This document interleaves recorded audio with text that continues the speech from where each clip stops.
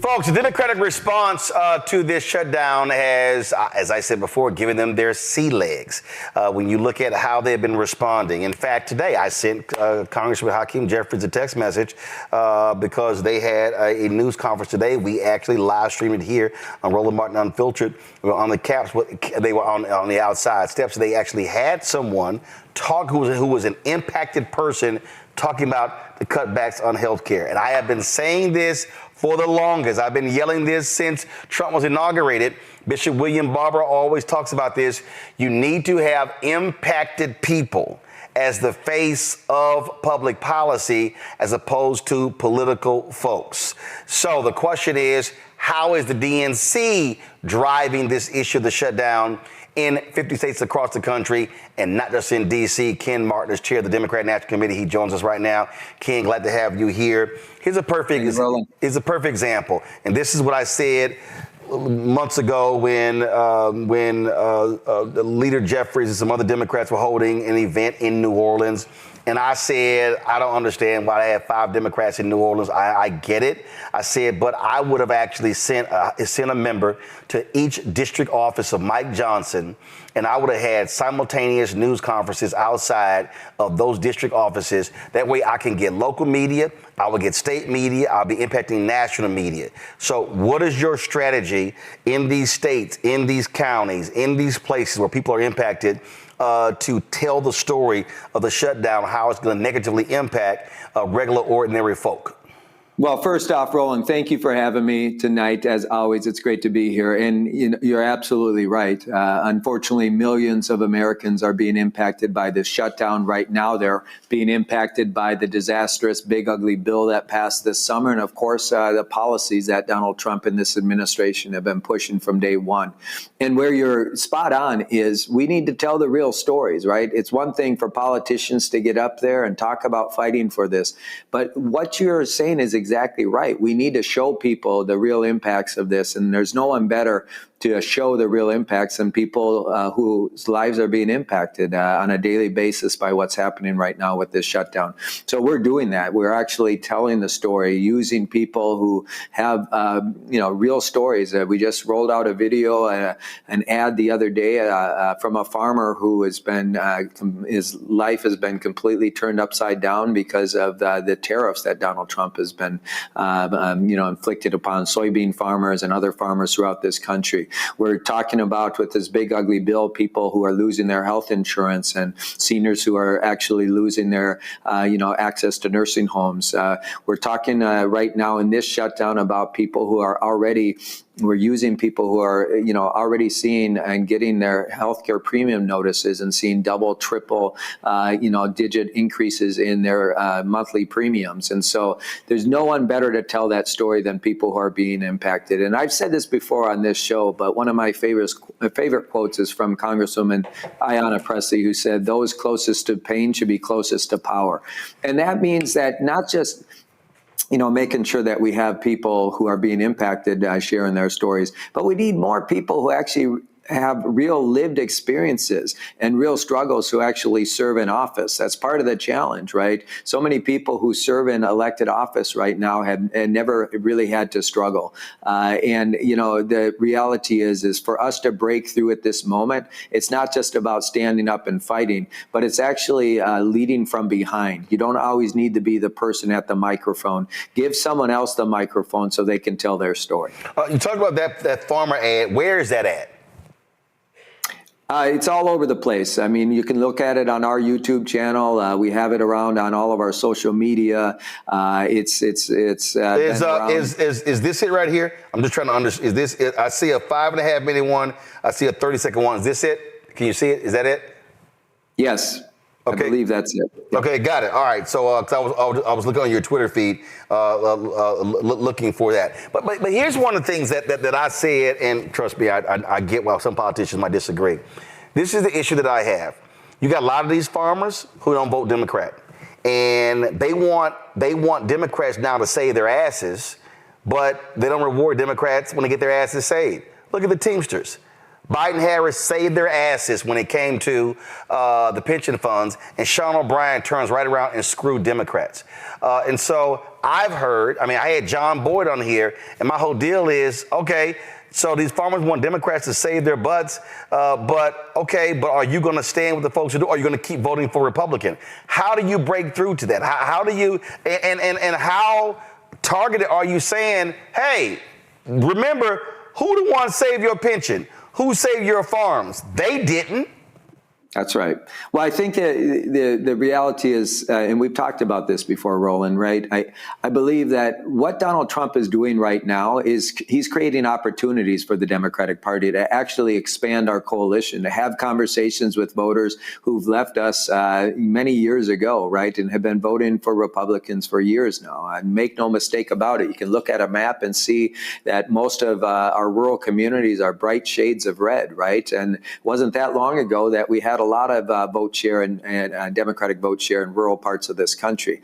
The reality is, though, is he's creating opportunities for us to have the conversation, and we need to have the conversation. It's not just about delivering and helping them. It's actually about developing relationships with voters. And the flip side is true as well, and we've talked about this, which is, the Democratic Party has made huge mistakes in how we approach communities of color. We usually show up 3 months before an election, and it's all about, mobilization and turnout instead of persuasion and building a conversation around shared values. And actually, we just make assumptions that people who have been with us will always be with us, and people who are opposed to us are never going to be for us. I believe when you organize everywhere, you can win anywhere. But we can't do it just by resisting Donald Trump, by the way. We got to get up. We got to show folks, whether you're in an urban area, you're a suburban area, a rural area, how their lives are going to be better with Democrats in control. Secondly, to your point, is this, I don't think we do a good job of talking about what we do to actually help people. And while we end up bailing various industries out or helping various communities, we don't actually go back into those communities and remind folks what we've done to actually make a difference in their lives. That's why what I've been advocating for so long and what I've done these last 9 months is start to change the script, flip the script. We need to be out there organizing year round, having conversations with voters that start around their hopes and dreams and eventually around shared values, never talking about elections or candidates, never talking about party, but really starting to build relationships with voters throughout this country again. And that starts right now by having organizers on the ground. The Democratic National Committee, of all the committees here in Washington, D.C., we're the only ones that actually are organizing right now, that are doing direct voter contact, that are engaged in conversations with voters, and frankly, taking advantage of the opportunities that Donald Trump's helping to create with farmers and rural voters, with Latino voters right now, with communities of color that are being targeted by this administration, with people who are being kicked off of their health insurance, people that are being deprived of food assistance, right? These are all opportunities for the Democratic Party if we take advantage of it and start actually having the right conversation. So you talk about those things. Where are those things happening now? And are you live streaming those events? How are you driving the messaging? Have you seen the results of that in terms of show up in fundraising, in engagement, and how are you measuring the impact of what all things you just described? Yeah, look, let me tell you what's been happening around the country. There's been 45 elections on the ballot since Donald Trump was inaugurated.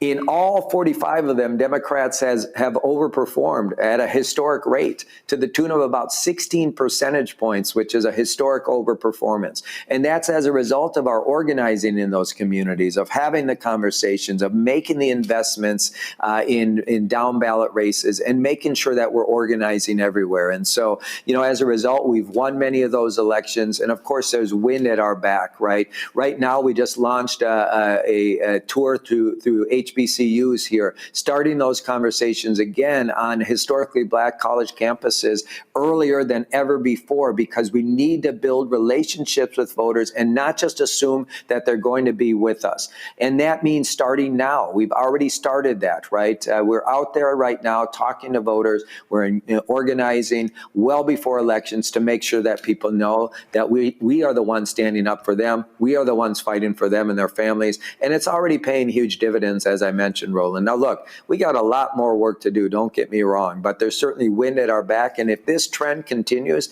a 16% overperformance combined with Donald Trump's low approval and job ratings, and they continue to slide as he continues to decimate the economy and break every promise he made to the American people, we have real opportunities here to win big, both in 25 and in 26. But we can't keep doing things the same way that this Democratic Party has done things in the past, which is why we're already out there having conversations and actually building relationships with voters throughout this country. Last question for you, and that is this here. When we talk about the next step, we're facing a Supreme Court right now that could wipe out a significant number of black congressional seats in the South. Bishop Barber has said this over and over and over again. The problem at the South is not its guaranteed Republican lock, it's simply unorganized. Walk me through, and walk me through this investment that you're making in Mississippi. What other southern states? I just had the organizer on from Florida. You may have heard some of what he had to say as well. I've talked to Latasha Brown and Cliff Albright and others. Again, repairs of the breach. And what too many people say is that you have a Democratic Party infrastructure that is fixated on white suburban women and white and educated voters without realizing that you are leaving votes on the table where you have a lot of black people, especially in southern states. I mean, Georgia, the number of black people who did not vote in 2024 was insane. North Carolina, you need those 2 Senate seats come next year. Texas has the most eligible black voters anywhere in the country. You've got a Senate race coming up next year as well. So what is the priority to invest in black voters in these southern states? Yeah, let me just tell you, what you've been saying is exactly what I said on the campaign, and we're already doing. We made investments, a 6-figure investment in Mississippi to help them elect local candidates. It's one of the largest investments in recent memory in Mississippi, and we did it again earlier than ever before. We've made investments in states like Georgia and in North Carolina already. I was the first person on the ground in Texas helping them with their redistricting. I've already been in Texas 4 times, and it's a reality that the new battlefield for the Democratic Party is the American South. And what's driving the population growth there and giving us opportunity, of course, is the black community, black and brown communities, Latino communities, African-American communities throughout the South. You're absolutely right, and we're making those investments already.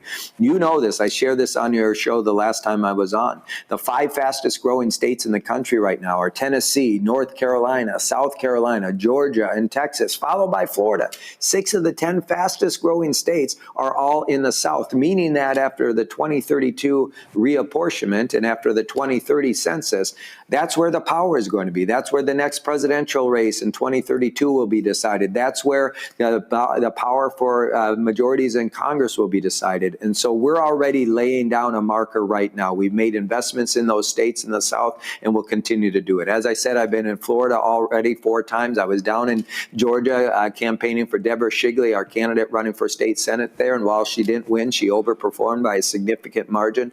I spend a lot of time down in the U.S. South, and it's really important part of our calculus moving forward. But let me say this, which is really important. We are not going to anymore as a Democratic Party take any community of color for granted. Now, you're right. I would disagree with you a little bit that it's not that the U.S. South is unorganized, right? It's the fact that we have a number, Texas is not a red state as an example. It's a non-voting state.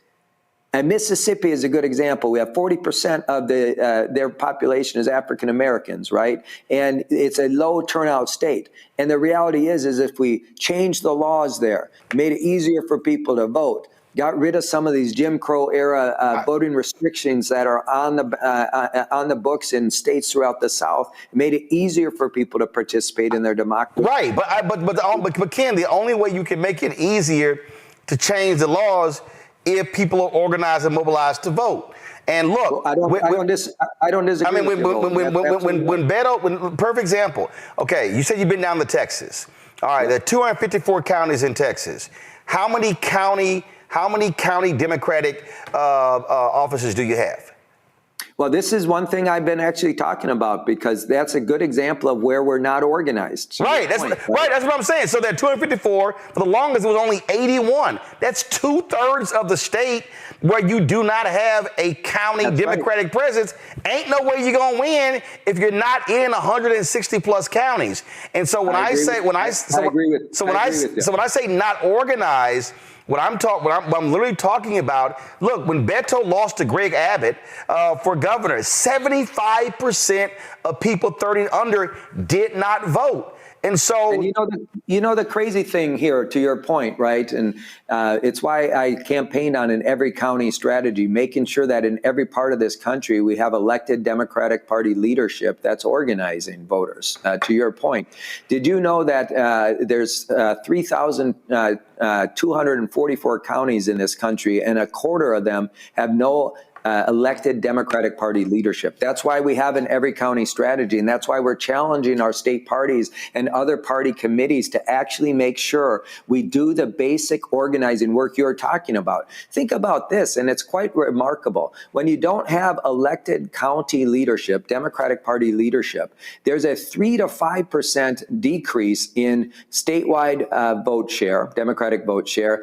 and the same corresponding decrease in congressional Democratic vote share, meaning we lose votes in those places because we're not organized. It's pretty simple. It doesn't take a rocket scientist to figure out what you and I are saying here. And so some of this is just basic organizing work that needs to be done. And we're doing it right now with this every county strategy. But let me say this.